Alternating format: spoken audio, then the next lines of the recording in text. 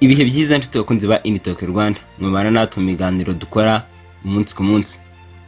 Mu karere ka Nyanza mu ntara y'Amajyepfo, abagabo babiri bagiye kwiba ihene bibarangirira nabi, birangira bahaburiye ubuzima. Mu karere ka Nyanza mu ntara y'Amajyepfo, abagabo babiri bakurikiranyweho kwica abagabo babaziza kwiba ihene zabo, nk'uko byemejwe na polisi y'u Rwanda ikora mu ntara y'Amajyepfo. Polisi y'u Rwanda ikora mu ntara y'Amajyepfo iratangaza ko abantu babiri bakurikiranyweho kwica abibye ihene zabo batawe muri yombi. Amakuru dukesha ikinyamakuru Umuseke nuko ibi byabereye mu mudugudu wa Buruba mu kagari ka Butara mu murenge wa Kigoma mu karere ka Nyanza mu ntara y'Amajyepfo mu ijoro ryo ku itariki ya 7 Mutarama umwaka wa 2026, ubwo hari abagabo batiye biba ihene ubundi barazicikana.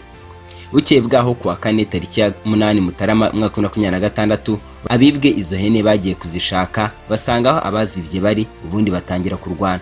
Bikekwa ko abivye bari bafite imihoro, habaho kurwana, abaturage barahurura, abandi birwanaho, ndetse bamwe mu bashakaga izo hene zabo barakomereka, ariko abakekwaho ubwo bujura babiri barapfa.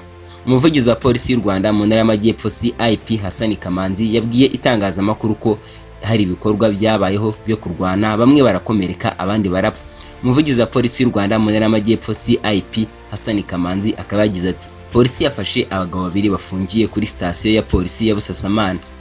Amakuru dukesha ikinyamakuru Umuseke cyamenye nuko abari abagabo bapfuye ngo bari barazengereje abaturage biba, ndetse mu bitandukanye bakaba baragiye bafungwa bagafungurwa, nabwo bakaba barafunzwe bazira kwiba.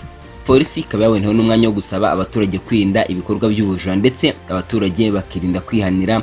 Amakuru itangazamakuru ryamenye nuko imwe mu ihene zari zibwe yahise iboneka ikahita ibyara. Nibyo twabwira ngo komeza ubane natwe mu biganiro dukora umunsi ku munsi.